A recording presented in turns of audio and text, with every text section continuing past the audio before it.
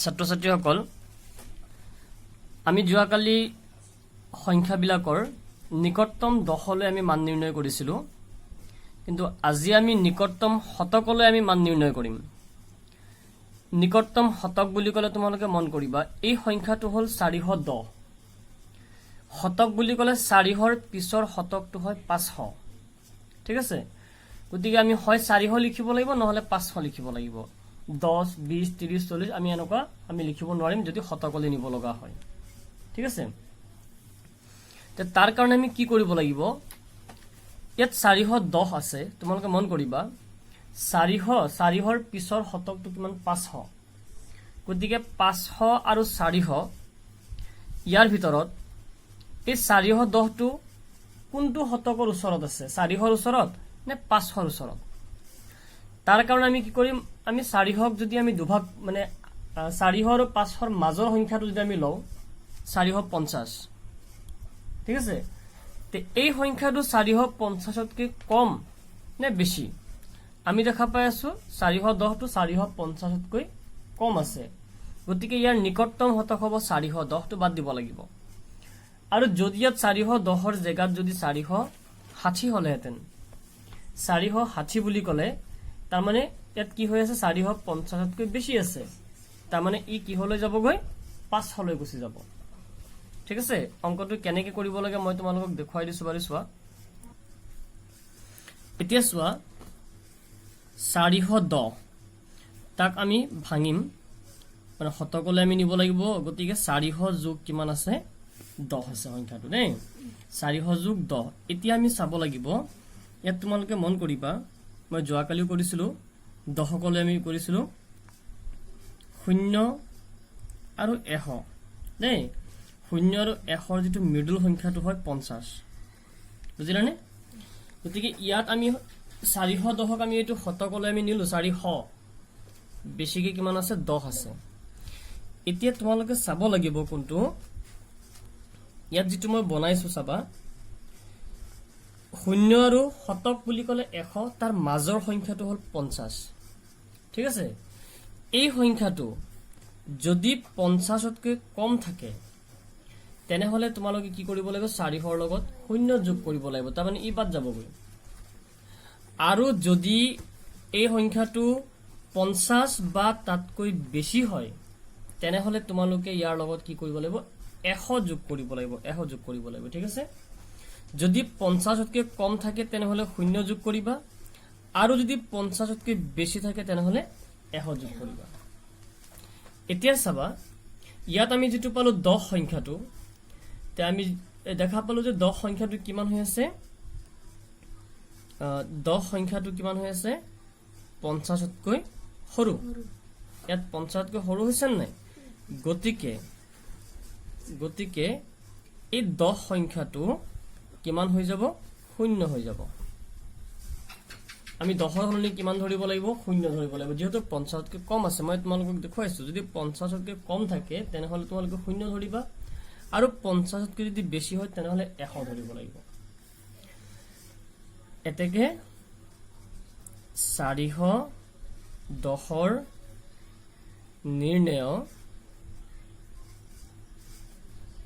আসন্ন মান বুলি কোৱা হয় তাক আসন্ন মান হ'বগৈ কিমান আমাৰ আছিল 400 আছিল যোগ কিমান যোগ হ'ব 0 যোগ হ'ব এতিয়া যেহেতু এটো 10তকৈ 50তকৈ কম আছে তাৰ মানে 400ৰ লগত 0 যোগ কৰিলে কিমান হৈ আছে গৈ 4 হৈ থাকিব গতিকে নিকটতম শতকটো হ'ব 400 নিশ্চয় বুজি পাইছা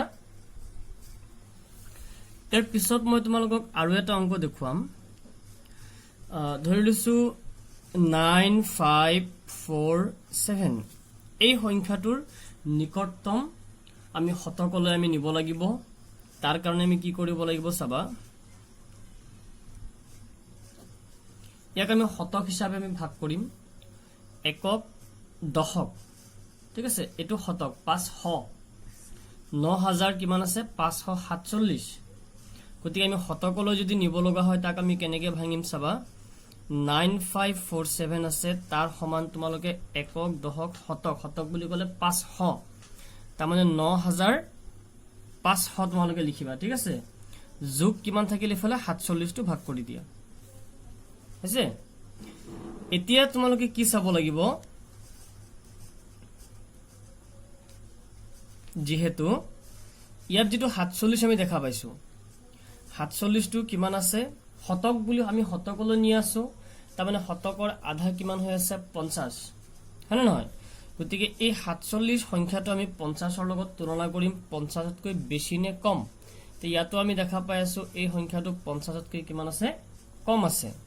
গতিকে 50তকৈ যদি কম হয় তেনেহলে এই 47টো আমি কিমান ধৰিব লাগিব, শূন্য ধৰিব লাগিব। তেতিয়া শূন্য ধৰিব লাগিব। এতেকে কিমান আছিলে 9547ৰ নিৰ্ণয় আসন্ন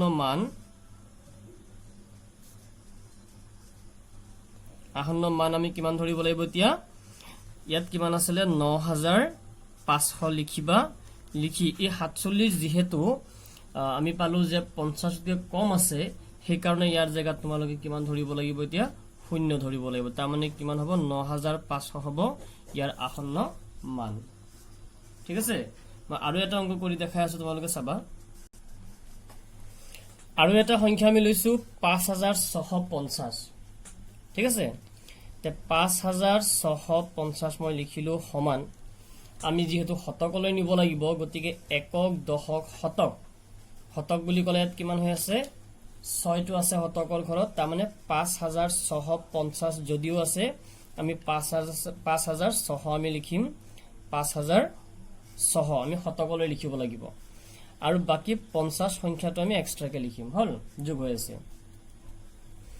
এতিয়া আমি ইয়াত চাব লাগিব, কি চাম চোৱা, যে এই সংখ্যাটো যেটো আছে 50 সংখ্যাটো, এটো কিমান আছে 50 সংখ্যাটো শতকৰ আধা হৈ আছে। মই যেটো তোমালোকক উঠনি দেখুৱাইছিলো যে এই সংখ্যাটো যদি 50তকৈ কম হয় তেনেহলে আমি শূন্য যোগ কৰিব লাগিব ইয়াৰ লগত, আৰু যদি 50 বা তাতকৈ বেছি হয় তেনেহলে 100 যোগ কৰিবা। 50 হলেও 100 যোগ কৰিবা, 50তকৈ বেছি হলেও 100 যোগ কৰিব লাগিব। যেহেতু এইটো কিমান আছে, সংখ্যাটো কিমান আছে 50, নহয় জানো? এইটো কিমান আছে 50, এইটো এইখিনি নিলিখিলেও হ'ব এতিয়া,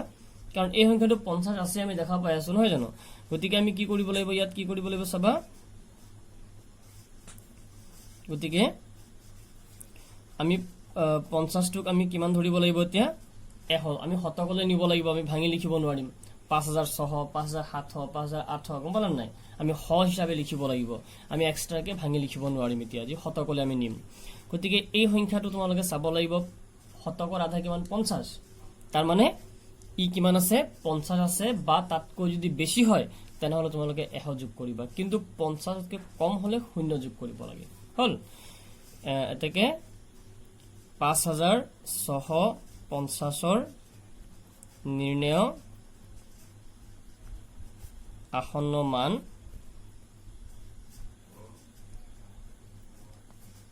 পাঁচ 5600 আছিলে, লগত কিমান যোগ কৰিব লাগিব, এতিয়া 100 যোগ কৰি দিয়া।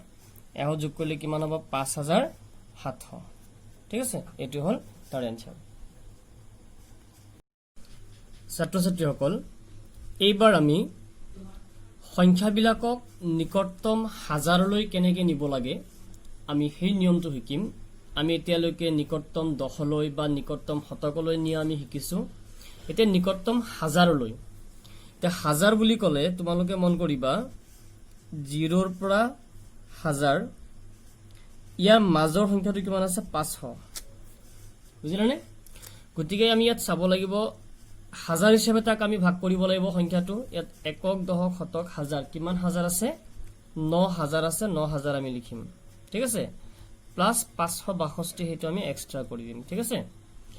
এতিয়া হাজাৰৰ যেটো সংখ্যা আছে 9000 আছে, আৰু এই সংখ্যাটো আমি লিখিব নোৱাৰিম এনেকে, আমি লিখিব লাগিব হয় 9000, 10000, 11000, গম পাইছেনে নাই? আমি এনেকে হাজাৰত লিখিব লাগিব সংখ্যাবিলাক। এতিয়া তাৰ কাৰণে আমি কি কৰিব লাগিব, এই সংখ্যাটো আমি চাম। এই সংখ্যাটো যদি 500তকৈ কম হয় তেনেহলে তোমালোকে 9000ৰ লগত শূন্য যোগ কৰিব লাগিব, আৰু যদি 500 বা তাতকৈ বেছি হয় তেনেহ'লে তোমালোকে ইয়াৰ লগত এই 9000 ৰ লগত কি কৰিব লাগিব 1000 যোগ কৰিব লাগিব যেহেতু এই 562 যেটো আছে কিমান আছে তো 500তকৈ সৰি কম নহয় 500তকৈ বেছি আছে এই চিনটোৱে কি বুজাইছে 500তকৈ বেছি বুজাইছে 562 টো কিমান আছে 500তকৈ বেছি আছে গতিকে আমি কি কৰিব লাগিব